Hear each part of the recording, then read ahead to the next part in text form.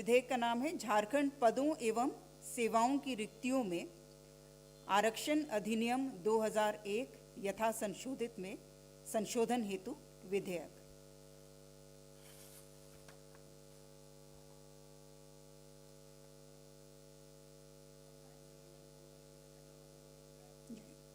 विधानसभा से पारित होने के उपरांत,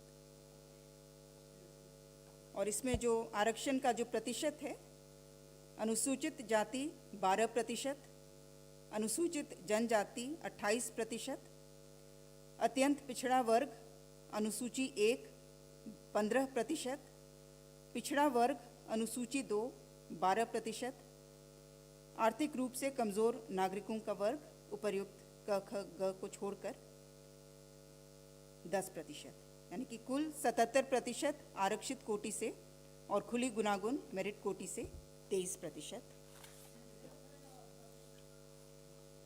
ये विधेयक है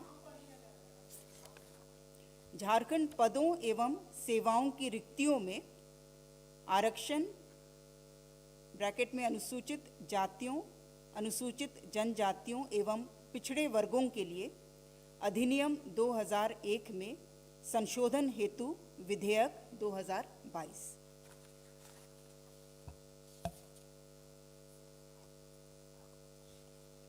प्रस्ताव संख्या 43।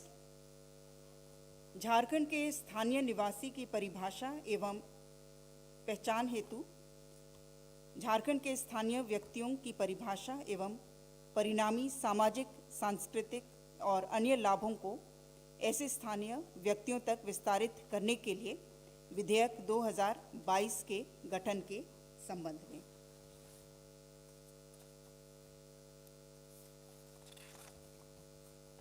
इसके तहत जो मुख्य प्रावधान है, वैसे व्यक्ति जिनके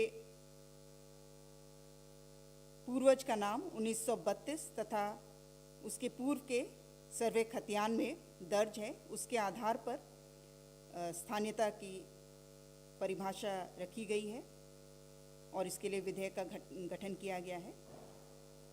और जो भूमिहीन होंगे या खतियान उपलब्ध नहीं होने की स्थिति में अथवा खतियान यदि पठनीय नहीं है, तो ऐसे मामलों में ग्राम सभा द्वारा पहचान किया जाएगा।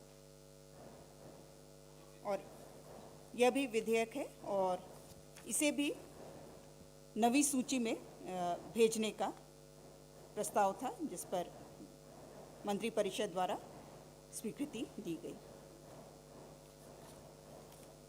विधेयक पारित होने के बाद इसे नवी सूची में सम्मिलित करने हेतु केंद्र से अनुरोध किया जाएगा।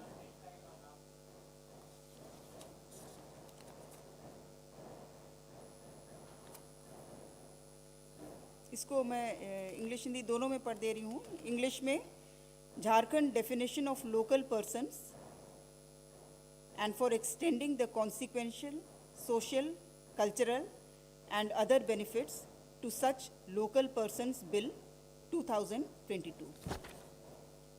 झारखंड के स्थानीय निवासी की परिभाषा एवं पहचान हेतु झारखंड के स्थानीय व्यक्तियों की परिभाषा और परिणामी सामाजिक, सांस्कृतिक और अन्य लाभों को ऐसे स्थानीय व्यक्तियों तक विस्तारित करने के लिए विधेयक 2022 के गठन के संबंध में। धन्यवाद।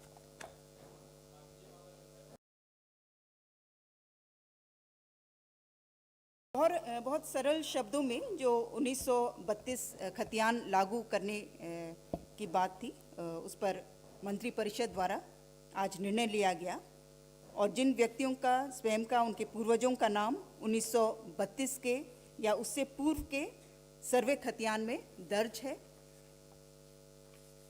वह स्थानीय की परिभाषा अंतर्गत आएगा, वो स्थानीय निवासी कहलाएगा।